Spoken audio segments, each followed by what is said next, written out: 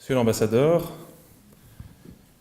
Monsieur le Président, Mesdames et Messieurs, het is een genoegen u hier te ontvangen in het Stadshuis van Brussel ter gelegenheid van de academische zitting voor de uitreiking van de prijzen voor de Stichting Auschwitz 2016-2017.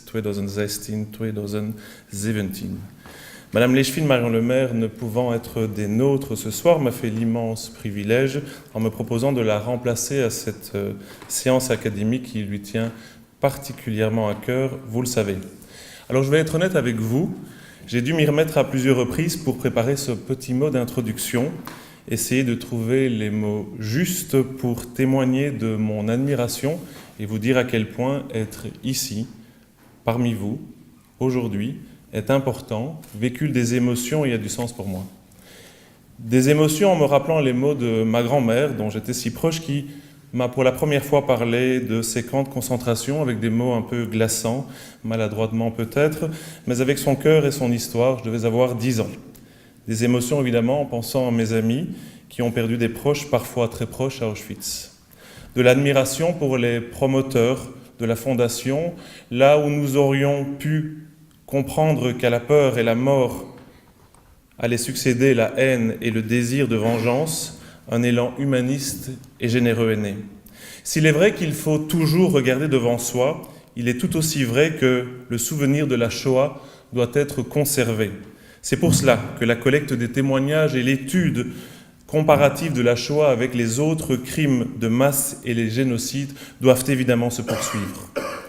D'une part parce qu'elles mettent en évidence la dimension exceptionnelle de la Shoah, d'autre part parce qu'elles conduiront, je l'espère, j'y crois avec optimisme et détermination, elles conduiront à la consolidation de principes moraux supérieurs bannissant définitivement racisme, antisémitisme, homophobie et toute autre forme d'exclusion. C'est un combat compliqué qui prendra plusieurs générations, il est loin d'être gagné. Le négationnisme en est une illustration passive, l'extrémisme en est une manifestation active. Il y a quelques jours, le Parlement fédéral allemand a vu le retour de l'extrême droite en son sein. À l'heure où nous parlons, les conservateurs autrichiens discutent avec la même extrême la formation d'un gouvernement. Votre préoccupation et votre vigilance trouvent donc, hélas, plus que jamais leur justification dans notre monde. Je me trouve aujourd'hui parmi vous comme nouvel échevin depuis quelques semaines. À ce titre, je peux vous assurer de ma participation active au travail de mémoire qui constitue un devoir universel pour toutes celles et ceux dont l'idéal reste et restera la liberté.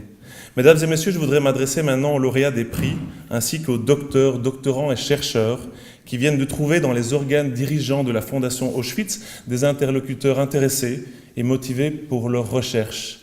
Bien sûr, je laisserai à Monsieur le Président le soin d'annoncer qui sont ces lauréats, mais je tiens tout d'abord à les féliciter, ensuite à leur dire combien sont précieux leurs travaux de recherche. Outre la haute teneur scientifique de ceux-ci, ils constituent une immense aide à celles et ceux qui œuvrent à l'étude et aux tentatives de prévention des crimes de masse et des génocides.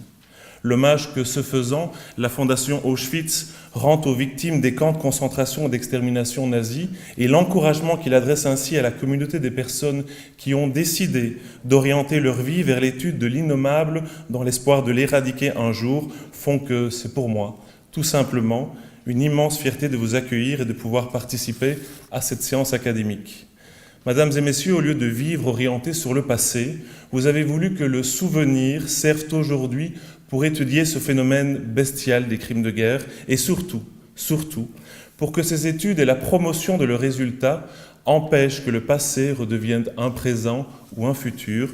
Het is met immense veel respect dat ik u graag wil bedanken. Merci.